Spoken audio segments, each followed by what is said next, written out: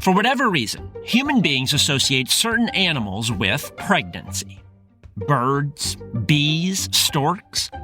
But last century, no animal was more central to family planning than Xenopus laevis, the African clawed frog.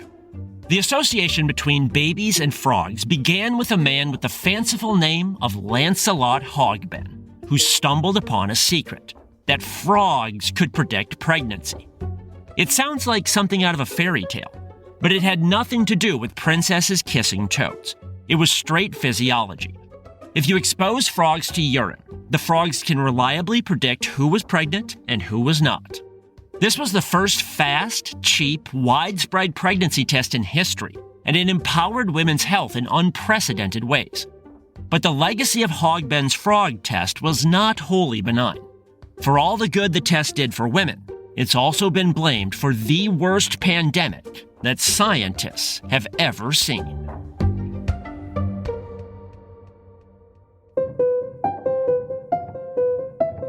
From the Science History Institute, this is Sam Keene and the Disappearing Spoon, a topsy-turvy science-y history podcast, where footnotes become the real story.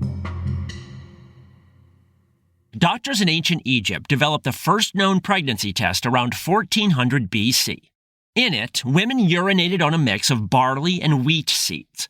If the baby was male, the barley supposedly sprouted. If female, the wheat sprouted. If neither sprouted, she was not pregnant. Now, this test does not work as advertised. It cannot distinguish male fetuses from female ones. But in the 1960s, scientists did determine that, in 70% of pregnancies, a woman's urine did help seeds sprout and promote growth, perhaps due to the elevation of certain hormones during pregnancy. After that, the science of pregnancy prediction stalled for the next 3,300 years.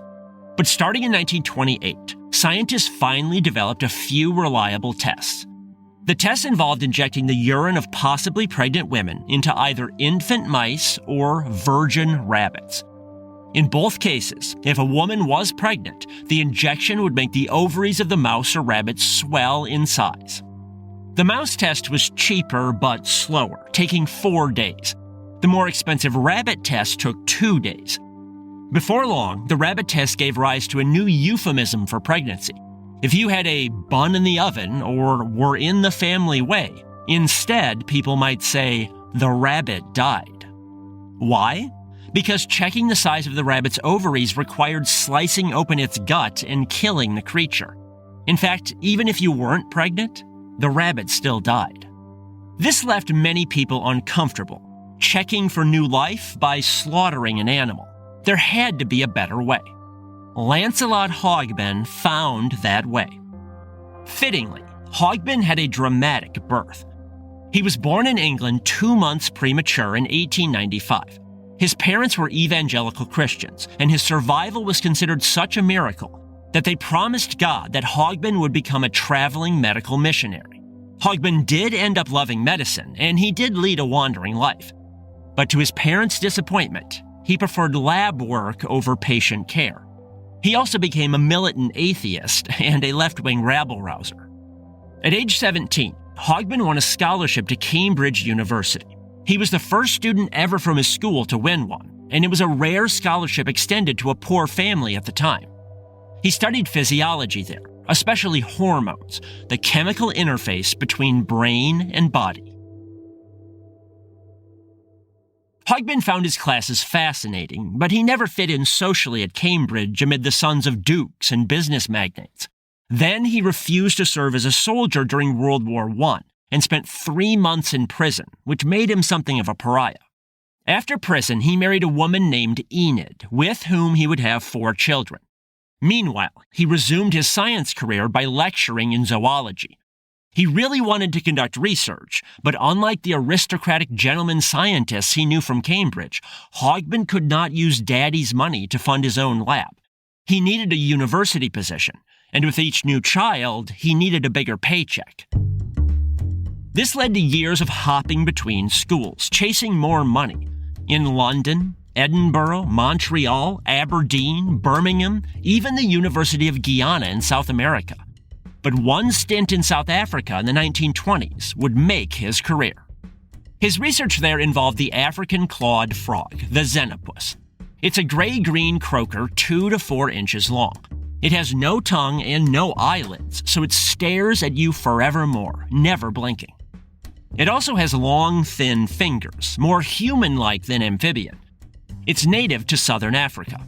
Xenopus has one notable property. It changes color depending on its surroundings. If raised in a dark environment, it turns black. If raised in light surroundings, it turns white. This color shift provides camouflage. Hogben suspected that this change was controlled by the pituitary gland. It's a hormone factory attached to the bottom of the brain. Sure enough, when he removed the pituitary glands from some frogs, they remained white their whole lives, no matter the surroundings. But removing the pituitary gland had an unwelcome side effect. It caused the female frog's ovaries to shrivel. To counteract this, Hogben injected some pituitary extracts from an ox. To his surprise, the frogs immediately released eggs. Normally, clawed frogs never release eggs in captivity without a male frog being present. But even a drop of ox hormone caused them to spew hundreds of eggs. The eggs looked like tiny black-eyed peas coated in slime. Other scientists might have written this off as a useless quirk of frog physiology. But given his left-wing politics, Hogben had another idea for a pregnancy test. Frankly, the idea was a stretch. It involved HCG, human chorionic gonadotropin. HCG is a hormone that pregnant women produce. It thickens the lining of the uterus to support an embryo and halts the release of new eggs from the ovaries. The production of HCG spikes between the 6th and 12th weeks of pregnancy. Then it sharply declines. During the spike, pregnant women produce so much HCG that they excrete the excess in their urine. Hogben's idea was this. If you inject a frog with some pituitary extract from an ox, the frog will lay eggs. Oxen and human are both mammals, so they're vaguely related. And HCG affected the release of eggs in humans. So maybe the urine of pregnant women, which contains HCG, would also stimulate frogs to lay eggs. Maybe? It doesn't sound promising, but that is genius for you. It doesn't have to make sense beforehand as long as it's right. And Hogben was right. The urine of pregnant women really will make frogs ovulate and release eggs. This had all the makings of a brilliant pregnancy test, far superior to the mouse or rabbit tests. Frogs were cheaper to keep, in part because they would eat anything, from minced liver to dead flies. They also released their eggs quickly, within 5 hours of being injected. That was far better than the 48 hours for a positive test with rabbits. Best of all, you didn't have to kill the frogs. They released their big, fat, slimy eggs externally at the bottom of the tank. You could even reuse the same frogs over and over. Hogben grew so enchanted with the African clawed frog that he named his house in South Africa the Xenopus. People would talk about swinging by the Xenopus for dinner or stopping at Xenopus for drinks. Very chic. Unfortunately, Hogben was less enamored with South Africa itself. The political system that would lead to apartheid was hardening into place at the time. He fought back by encouraging black students to attend his lectures and by inviting them to his house. But he could only do so much, and he quit South Africa in disgust in 1930 and went to London. There, true to form, he began attacking the British class system, and he later helped find jobs for Jews persecuted in Nazi Germany. Scientifically, he imported several cages of his beloved frogs and hired a researcher to perfect the pregnancy test. Eventually, a protocol emerged. Clinics generally kept the frogs in aquariums with a few inches of water, although a few later realized that the vegetable crisping drawers of refrigerators worked just as well. Just toss some moss and water into the drawer, and the frogs were perfectly content. Women wanting to take a pregnancy test would mail their urine to the clinic. Morning urine was preferred, since it was the most concentrated. Given delays with the postal system sometimes, samples often arrived smelling a bit funky. Other times the packages arrived sodden, the vials having broken in transit. The technicians who ran the tests were mostly female. They would pinch their noses, treat the urine with chemicals like alcohol or vinegar, centrifuge the mix, and add some baking soda to get the pH right.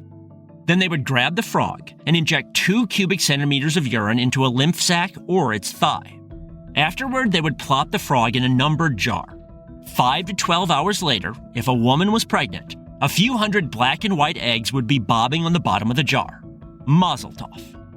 In addition to being fast and cheap, the frog test was incredibly accurate, around 99.8%. Engineers sometimes talk about the trade-offs you face in developing new technologies. As the saying goes, better, faster, cheaper. Pick 2. But with frogs, women didn't have to choose. This fairy tale test was superior in every way.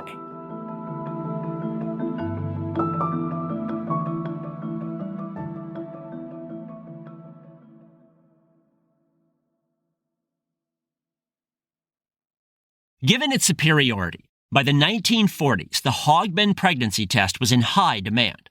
Tanks of Xenopus frogs were shipped across the globe. The biggest labs carried out 10,000 tests per year. The consequences were nothing less than revolutionary. As strange as it sounds, before this point, pregnancy tests were not really about detecting pregnancy. You see, certain medical disorders can mimic the symptoms of pregnancy. If you feel nauseous and have missed a period, yeah, you might be pregnant. But you might also have a tumor or an endocrine imbalance. The rabbit and mouse pregnancy tests allowed doctors to diagnose these disorders. If you had signs of pregnancy, but the ovaries of the dead mouse or rabbit were not enlarged, then it was time to look for other causes. Pregnancy tests also help detect ectopic pregnancies, where an embryo implants in a woman's fallopian tubes. If there was a lump and pain there, a pregnancy test could detect this dangerous condition. The point is that the tests were not intended for everyday women to determine whether they were pregnant. The tests were too expensive for that, and the grisly nature of killing mice and rabbits made doctors hesitate to order too many. Frankly, doctors also liked the control that they had. The early 1900s were a paternalistic age in medicine. Doctors alone determined what was good for women medically, including what tests they could take. They preferred making women wait until a baby bump appeared at 4 to 5 months. In all, pregnancy tests were seen as diagnostic tools, not for family planning. Conservative doctors also feared that early pregnancy tests would lead to a rash of illegal abortions. The frog test changed everything. It was cheap enough for most women to afford. No animals died either. Enterprising doctors set up testing labs, and year by year, early pregnancy testing became more common. This allowed women to make better, more informed decisions. It removed mystery and stress. Women with high-risk conditions like heart trouble or tuberculosis could also get medical attention sooner. The test was especially helpful for single women who needed more time to rearrange their lives and secure help to care for a child, or terminate the pregnancy if they chose. If nothing else, some women wanted to know they were pregnant as early as possible so they could celebrate. They were excited, and the frog test let them celebrate sooner. But for all the good Xenopus did for women, its spread across the globe harmed its fellow amphibians. That's because Xenopus has been indicted as a vector in what some scientists call the worst pandemic in history, a real-life plague of frogs. Only this time, frogs are the victims. I've put together a bonus episode on this plague at patreon.com/disappearingspoon. It covers both the frog holocaust and efforts to combat it, including the cutest little frog saunas you will ever see. As a mini bonus, you'll also hear how making frogs wear trousers in one experiment produced one of the most important breakthroughs in the history of biology. All that and more at patreon.com/disappearingspoon. After establishing his pregnancy test, Lancelot Hogben did not rest on his laurels. He continued doing research in physiology and helped his beloved Xenopus become a common research tool in physiology labs. Even today, thousands of labs worldwide still employ this frog. It was one of the first animals ever cloned, and it even flew in a space shuttle, where it became the first vertebrate to reproduce in outer space. You can actually hear more about this in the Science History Institute's flagship podcast, Distillations, in an episode called Science Interrupted. Hogben also kept up his social activism.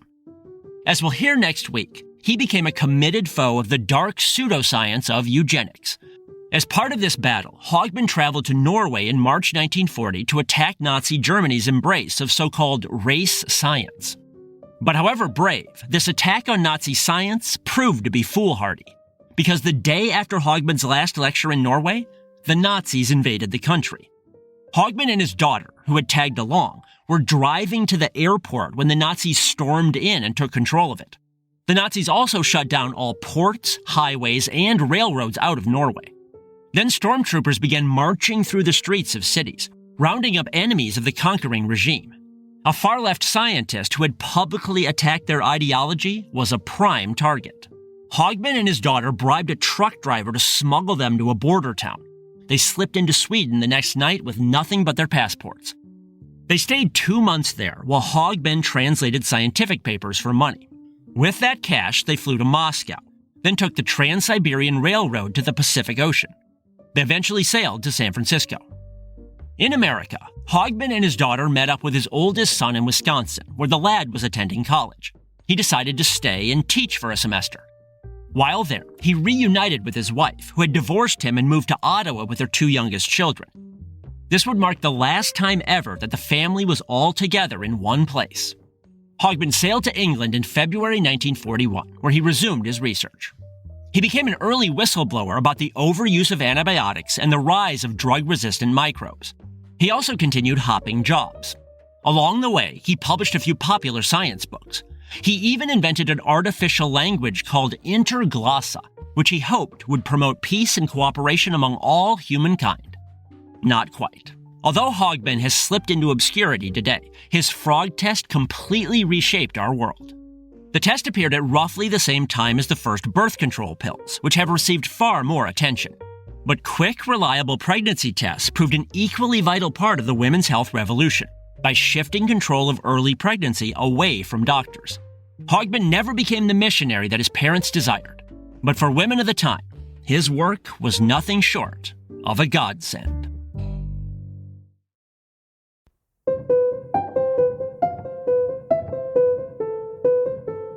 This is the Disappearing Spoon podcast, brought to you by the Science History Institute. Be sure to check out their in-depth science history podcast, Distillations. You can find it anywhere you get your podcasts, or on their website, distillations.org.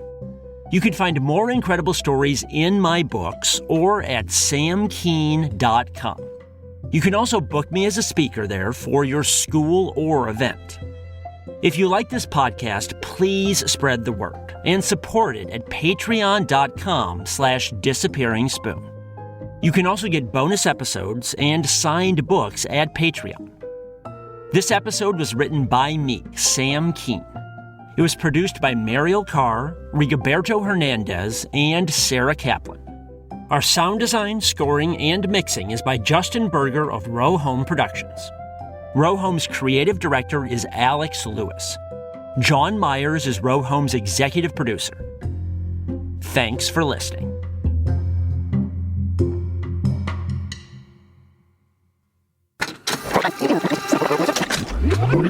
Row Home Productions.